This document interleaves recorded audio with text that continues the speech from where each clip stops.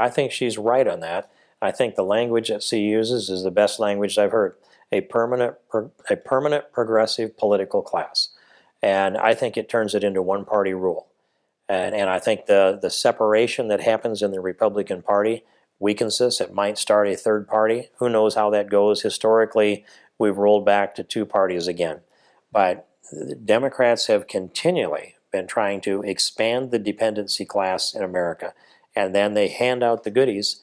And if they're dependent, then they're going to vote for more goodies. That's the psychology that they're using. They know it, they're cynical about it, and they're good at it. And they're also good at victimology and identity politics. And so that's where I think this goes. If we lose this argument defending the rule of law, if they legalize people and reward them for breaking the law, and by the way, the definition of amnesty, and to grant amnesty is to pardon immigration lawbreakers and reward them with the objective of their crime. That's what we're dealing with here. And if you reward people for breaking the law, you get more lawbreakers. If you reward people for not working, you get fewer people that work. If you say to them, I'll send you a check, if there's not a husband in the house, for the father for your children, you'll have fewer fathers. If you pay people to have babies, you'll have more babies. And so that's how our welfare system has grown. There are 80 different means-tested federal welfare programs in the United States, 80 of them. No one can list them from memory, which means no one can understand how they interrelate with each other. They're just programs that have been created and grown because of little constituency groups and members of Congress that had to get a feather in their cap for their constituents. So this country is today, and has been for some time, a cradle-to-grave welfare system. An open borders nation with cradle-to-grave welfare system. And I'm not the only one that remembers Milton Friedman's comments on that. Those two are incompatible. When I have this discussion with Art Laffer, a very smart and personable economist, and among the most respectable in this country, and maybe the most respected in this country, and I make the point, Friedman's point, his answer is, then end the welfare state, but labor should move across the border according to the supply and demand. And my answer to that is it's a lot easier to seal the border than it is to end the welfare state.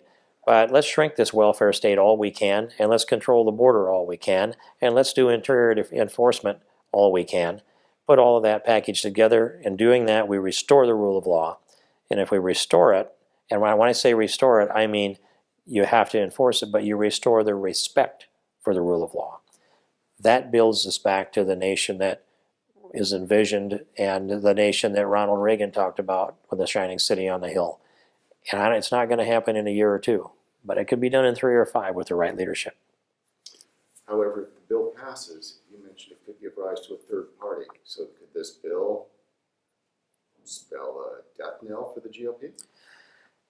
Or could it be the resurgence of a broad new constitutional conservative group? And you know, there's a fight going on inside the GOP right now. The constitutional conservatives, full spectrum constitutional conservatives, have run this party for some time. It was the establishment up until about 1988, and when Paulson ran for president, he organized, and in doing so, that brought about the grassroots organization within the precincts. And of course, in Iowa, it was where it was more significant, I think, than anywhere else. So I watched as the party influence came into the hands of primarily social conservatives. And then as that battle took place, the social conservative took the party over. But the strength of full spectrum constitutional conservatives is pro-life, pro-marriage, pro-constitution and rule of law, economic conservatives, all wrapped up together. That's where the party needs to be. That's where I believe the party still is today, and that's where we need to stay. And the effort to pander to groups of people, whether they're Hispanics or some other group, thinking that somehow they can be duped into supporting you politically, it is an insult to the intelligence of a free people. I think they respect the rule of law as much as we do. We should honor them, and we should honor their intelligence and stand on Republican principles. That's the best thing we can do for all people.